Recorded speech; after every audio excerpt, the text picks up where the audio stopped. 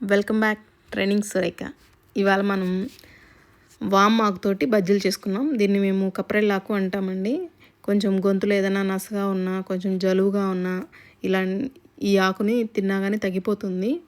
కొంతమంది రోజు తినలేము అనుకుంటే కొంచెం బజ్జీల్లాగా వేసుకోవచ్చు. నేను ఇవాళ శనగపిండి తీసుకొని దాంట్లో కొంచెం వాము, సోడా ఉప్పు, సాల్ట్ వేసేసుకొని కలుపుకున్నానండి. కొంతమంది పిల్లలు ఆకుల్ని తీసి పక్కన పెడతారు, మా పిల్లలు లాంటి వాళ్ళు. అందుకోసం అని చెప్పేసి నేను ఆ ఆకుని సన్నగా పీసెస్ కట్ చేసి పెట్టుకున్నానండి. ఆ పీసెస్ కూడా వేసేసాను చూడండి.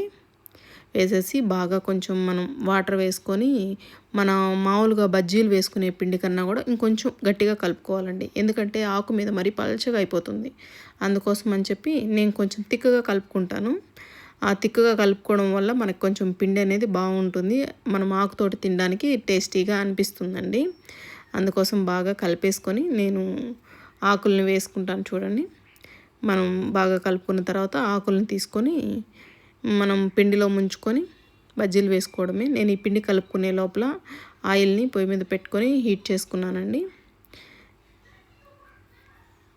ఆకుని తీసి పిండిలో బాగా ముంచేసి డీప్ కొంచెం ఆయిల్ కాకముందే వేసుకున్నామంటే బాగా ఉడుకుతాయండి.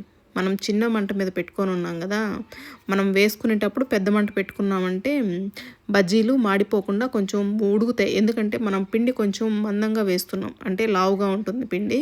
నేను మళ్ళీ సన్నగా వేసే పిండి చూపిస్తాను. ఇది కొంచెం లావుగా ఉంటుంది కాబట్టి కొంచెం చిన్న మంట మీద, అంటే మనం వేసుకునేటప్పుడు మాత్రమే పెద్ద మంట పెడతామండి.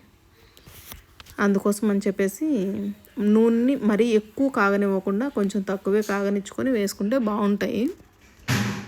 చూసారా, ఇవి 4 ఆకులు ఉన్నాయి కాబట్టి ఆ 4 బజ్జీలు మా ఇంట్లో నలుగురికి సరిపోతాయండి. నేను మళ్ళీ ఉల్లగడ్డలు కట్ చేసి పెట్టుకున్నాను కదా, మనం ఉల్లగడ్డలు వేసుకున్నాం.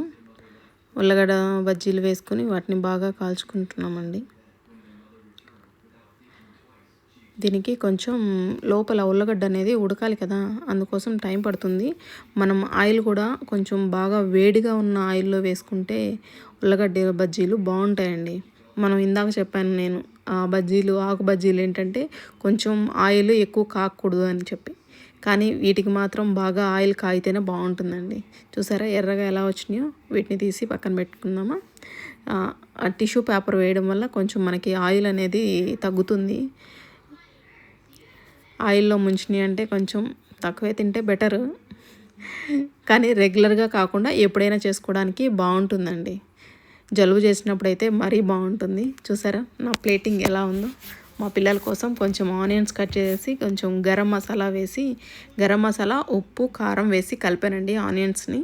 ఓన్లీ ఉత్త ఆనియన్స్ పెట్టినా తినరు కదా పిల్లలు, అందుకని వాళ్ళ కోసం కొంచెం వెరైటీగా. Thank you.